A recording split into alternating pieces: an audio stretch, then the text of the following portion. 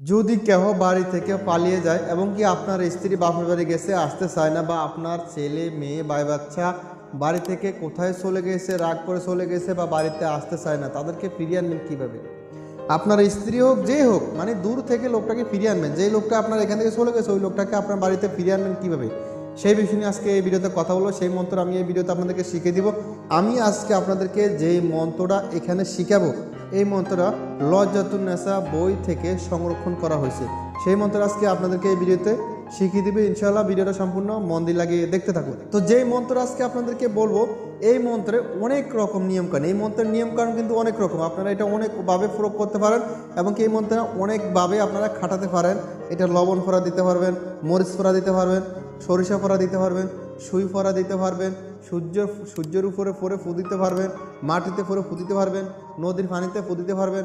মানে এটা অনেক রকম আইটেম আছে। আবার পুতুলের ফোরে ফু দিতে পারবেন, মানে অনেকটা আইটেম আছে। তো আজকে শিখাবে একটা। যদি অন্য অন্য নিয়মকানুনগুলো আপনারা শিখতে চান তাহলে আমি লাইভ ভিডিওতে আসলে আপনারা প্রশ্ন করবেন, আমি লাইভ ভিডিওতে আপনাদেরকে কিছু নিয়মকানুন সমস্যা নেই বাকিগুলো শিখিয়ে দিব ইনশাআল্লাহ।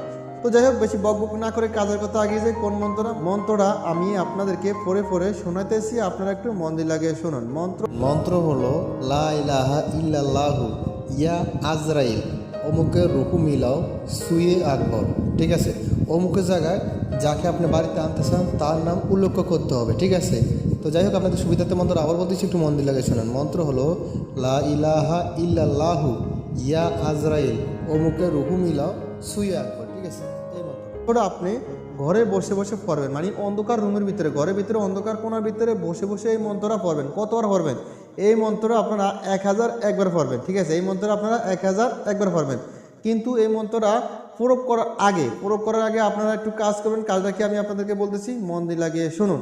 এই মন্ত্রটা আপনারা করকরা মুখস্থ করে ফেলবেন। এই মন্ত্রটা কোনো সিদ্ধ করা লাগবে না, করকরা মুখস্থ করে ফেলবেন। মুখস্থ করার পর আপনি এই মন্ত্রটা যখন প্রয়োগ করবেন, যখন কাজে খাটাবেন, তখন আপনি যে কোনো একটা নিরিবিলি রুম বেছে নেবেন, যে কোনো নিরিবিলি একটা রুমে চলে যাবেন।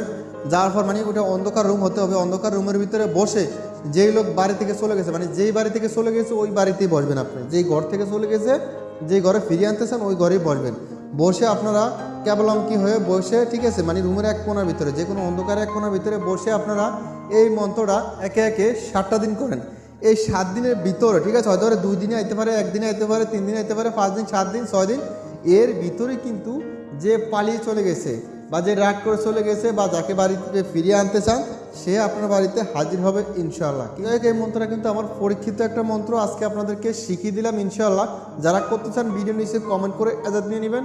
এখন তো ভালো থাকবেন, সুস্থ থাকবেন। আরেকটা কথা হলে শুরু করবেন কবে সেটা তো বললাম না, এটা কখন বসবেন, যে কোনো সময় বসতে পারেন, কিন্তু শনি মঙ্গলবার রাত থেকে শুরু করবেন। যে কোনো মাসে বসতে পারবেন, এটা কোনো মাস উল্লেখ নাই, শুধু এক কথায় হলো এটা শনি মঙ্গলবার রাত বসবেন। ঠিক আছে, এক হলো শনিবার রাত বসবেন আর না হলে মঙ্গলবার রাত বসবেন। ঠিক আছে, এই 2 রাতের ভিতরে যে কোনো এক রাত বসবেন, রাত 12টা পরে বসবেন। এই মিলে আপনারা একটা সপ্তাহ করেন, এর ভিতরে ওই লোক আসতে বাধ্য হবে ইনশাআল্লাহ। ঠিক আছে, ভালো থাকবেন, সুস্থ থাকবেন।